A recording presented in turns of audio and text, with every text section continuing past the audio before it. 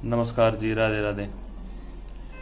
तो जी इतिहास में जी एक बहुत बड़े गायककार हुए जी, जिनका नाम था जी राम तनुदास जी।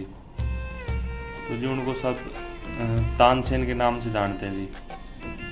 तो जी गायक तो जी वो थे बहुत बड़े, पर जी वो भगत भी बहुत बड़े थे जी, क्योंकि जी वो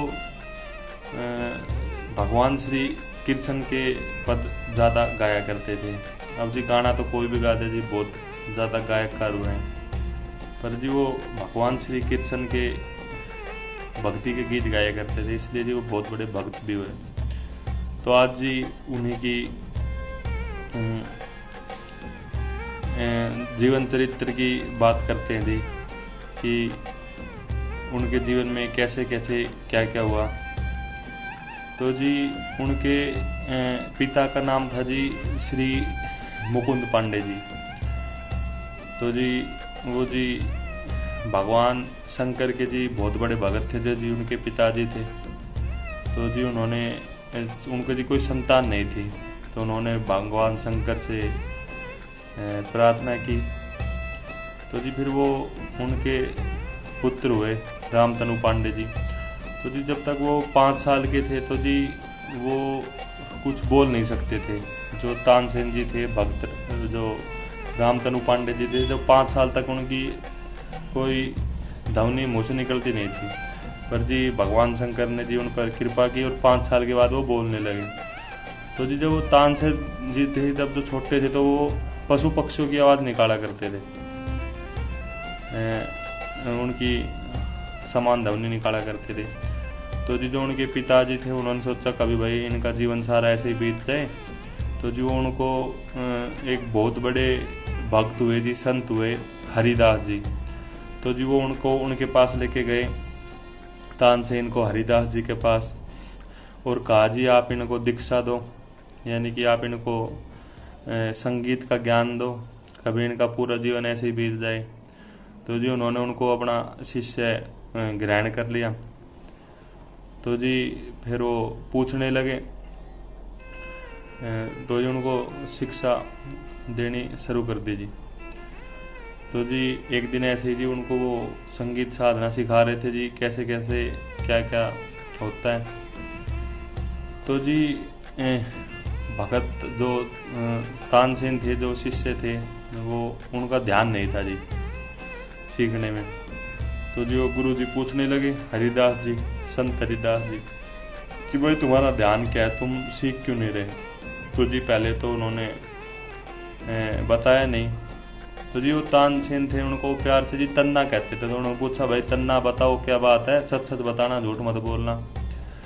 तो जी वो पूछने लगे कि बताओ। तो उन्होंने जी बताया कि जी गुरुजी मैं ये सोच रहा था कि मैं आपके जैसा जीवन में कब गाने लगूंगा।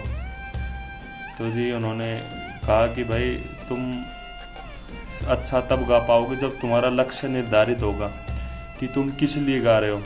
तो तन्ना ने, तानसेन ने पूछा कि भाई गुरुजी ये लक्ष्य क्या होता है, कैसे क्या।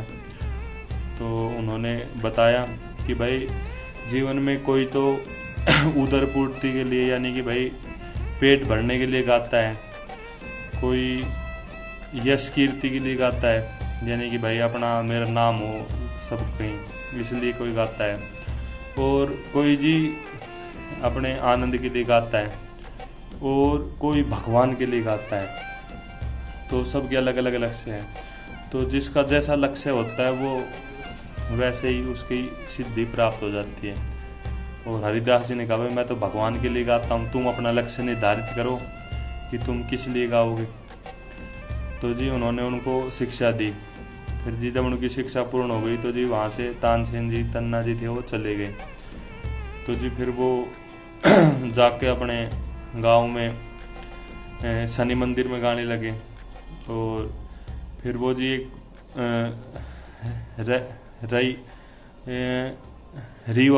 रीवा महाराज के वहाँ जी वो गाने लगे। उनके राजा का नाम था जी बघेल। तो जी 9 साल तक वो वहाँ गाने लगे। फिर जी उनकी शादी भी हो गई जी, हुसैना नाम था जी उनकी पत्नी का। तो जी अकबर को पता चला कि भाई एक ऐसे बहुत तगड़ा गायककार है, तो जी उन्होंने उनको बुलवाया। तो जी अकबर जी वहाँ उस समय बहुत शक्तिशाली था, तो जी जो रीवा के महाराज थे उन्होंने उनको वहाँ भेज दिया। तो जी उनको वहाँ अकबर को जाके जो रामतनु दास जी थे उन्होंने अपना संगीत सुनाया। तो जी एकदम ऐसे अकबर जी विचलित हो गया, भाई इतना तगड़ा गायककार है, इतने तगड़े सुर लगाते थे।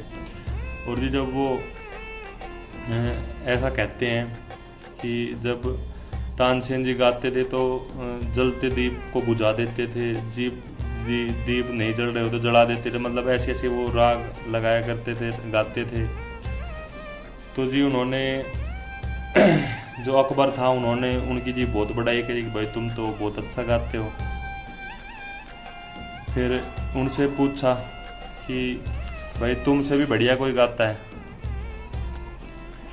तो जी जो भगतन्ना जी थे जो उन्होंने कहा कि मेरे जो गुरु हैं हरिदास जी वो मुझसे भी अच्छा गाते हैं। तो जी उन्होंने अकबर ने कहा कि भाई उनको मेरे दरबार में बुलाओ।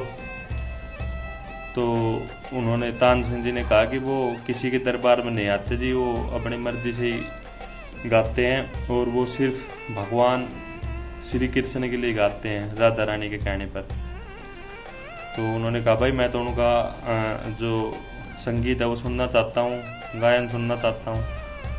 तो उन्होंने कहा जी आपको सबसे पहले तो जी जो आप राजा हो, बादशाह हो, उसको त्यागना होगा, यानी आपको एक जो नॉर्मल आदमी होता है उसके रूप में जाना पड़ेगा। तो जी वो अकबर मान गया क्योंकि वो जी गाना सुनना चाहता था। तो जी वो अकबर और तानसेन दोनों गए जी हरिदास जी के पास, संत हरिदास जी के पास। और जी एक दो दिन जी वो वहाँ रुके और जी जैसे फिर जी उनको एक टाइम वो गाने लगे भक्त तानसेन जी, और जी जैसे गुरु के सामने गा रहे थे तो जी उन्होंने जानबूझकर एक गलती कर दी, एक गलत सुर लगा दी जी, सुर लगा दिया, गलत तान लगा दी। तो जी गुरु जी को थोड़ा गुस्सा आया कि भाई सब राधा रानी कहेंगी कि भाई तुम्हारा शिष्य और गलत ऐसे लगा रहा है। तो फिर जी हरिदास जी ने खुद वो सुर ठीक करके जी वो संगीत सुनाया, गाना सुनाया जी, भजन सुनाया। तो जी अकबर ने सुनाओ और जी ऐसे अकबर की आंखों में से जी आंसू ऐसे टप टप पड़ने लगे जी। तो जी हरिदास जी बोले कि भाई मेरे को पहले ही पता था कि तुम बादशाह हो, राजा हो, क्योंकि तुम्हारा वो आम नागरिक जैसा हाव भाव नहीं था। तो वो कहने लगे कि भाई कि जो भगवान के लिए गाते हैं वो उनका अलग भाव होता है। तो जी अकबर देख के उनको जी भाव भी बोर हो गए जी। फिर जी वो वापस आए और उनसे तानसेन से पूछा कि भाई तुम भी बहुत तगड़ा गाते हो, तुम्हारे गुरु भी बहुत तगड़ा गाते हैं, तो तुम अपने गुरु के बराबर क्यों नहीं हो। तो जी तानसेन ने जवाब दिया कि जो मैं हूँ वो आपके लिए गाता हूँ, रानी राजा के लिए गाता हूँ, पर जो मेरे गुरु हैं श्री हरिदास जी हैं वो जो सबके राजा हैं भगवान श्री कृष्ण, वो उनके लिए गाते हैं। मेरे को जी तानसेन कहने लगे जी मेरे को डर रहता है कि कहीं जो मेरा पद है वो छिन ना जाए, मैं इतनी ऊपर स्थिति तक आया हूँ वो छिन ना जाए। पर मेरे जो गुरु हैं हरिदास जी उनको किसी चीज़ का भय नहीं है, वो निर्भय होकर गाते हैं। तो जी इससे यही है जी कहने का मतलब, यानी जो सब कुछ भगवान को अर्पण करके जीवन में कार्य करते हैं वो सफल होते हैं और जी एक बहुत ही ऊंची पदवी तक, ऊंची श्रेणी तक पहुंचते हैं जी।